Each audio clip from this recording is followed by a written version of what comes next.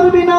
আপনার সন্তানের ভিতরে যদি আল্লাহর কোরআন না থাকে, আপনার সন্তানের ভিতরে যদি হাদিসের জ্ঞান না থাকে, আপনার সন্তান আপনার কাপড় মরার কাফনের কাফন কাটতে পারবে না। আপনার সন্তানকে সকালবেলা মুক্তবে পাঠিয়ে দিবেন, আপনার সন্তান হুজুর সাহেবের কাছে আল্লাহর কোরআনটা শিখে নিবে। আপনার সন্তান কেমন করে বাবা মরে গেলে বাবার গোসলটা দিতে হয় সেই গোসল দিয়ে দিবে। আজকে যদি আপনি মরে যান, গ্রামের মানুষ যদি গোসল দেয়, গ্রামের মানুষের দিলে যেমনটা মায়া হবে না।